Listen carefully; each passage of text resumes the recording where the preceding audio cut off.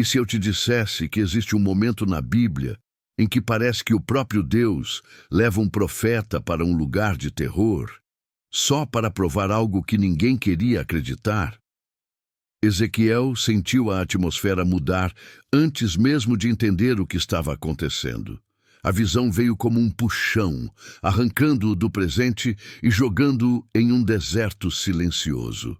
O vento cortava o ar, seco, áspero, e então ele viu um vale enorme, espalhado de ponta a ponta com ossos secos. Não era apenas morte, era o símbolo perfeito do fim absoluto, do impossível, do que nunca mais volta. A voz de Deus ecoou firme: Filho do homem, podem estes ossos viver? Ezequiel olhou ao redor, tentando entender a grandiosidade daquele cenário. Os ossos estavam tão secos que parecia um pó endurecido, como se nem o tempo tivesse mais interesse em tocá-los. A pergunta de Deus ecoava em sua mente: podem viver? Como responder algo assim? Ezequiel sentiu o peso da responsabilidade. Não era apenas sobre aqueles ossos, mas sobre um povo inteiro que havia perdido tudo. Ele respirou fundo e respondeu o único possível diante do impossível: Senhor, tu o sabes. O silêncio seguinte era quase sufocante, mas Deus não havia terminado. Então Deus deu a ordem: profetiza sobre estes ossos. E quando Ezequiel abriu a boca, algo inimaginável aconteceu. Um som seco, distante, depois outro e outro. O vale inteiro começou a tremer.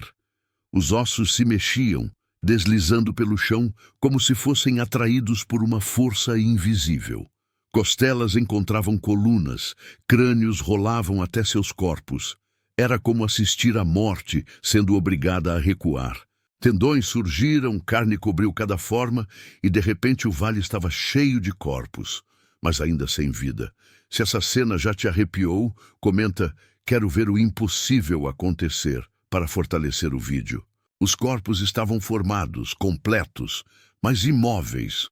O vale, agora cheio de figuras humanas, parecia ainda mais estranho do que quando estava repleto de ossos.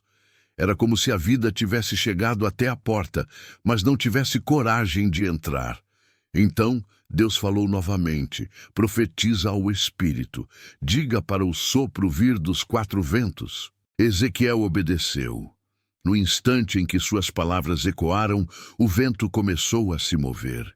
Primeiro como um sussurro, depois como uma rajada poderosa. O ar rodopiou pelo vale, penetrando em cada corpo estendido no chão, como se o próprio fôlego de Deus estivesse sendo derramado ali. De repente, o que era silêncio virou explosão de vida. Um por um, os corpos começaram a puxar ar como recém-nascidos depois do primeiro sopro. Peitos se levantaram, olhos se abriram, músculos ganharam força. E então, eles se ergueram.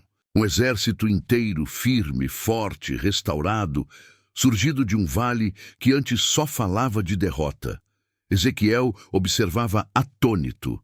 Deus não estava apenas mostrando poder, estava revelando propósito. A restauração não era simbólica, era profética. Se você acredita que Deus ainda levanta o que caiu, deixa um amém nos comentários para outras pessoas verem essa mensagem. Quando o último homem se colocou de pé, o vento cessou. O silêncio voltou, mas agora não era silêncio de morte, era o silêncio de algo sagrado acontecendo. Então, Deus falou a Ezequiel com voz firme, mas cheia de esperança. Assim é o meu povo. Eles dizem: nossos ossos se secaram, nossa esperança acabou. Mas eu abrirei suas sepulturas, os levantarei e os trarei de volta para a vida. Ezequiel finalmente entendeu. O vale não era sobre destruição, era sobre restauração. O Deus que permite visões de desespero é o mesmo que transforma cinzas em exército. A mensagem era clara: nada está morto demais para ele.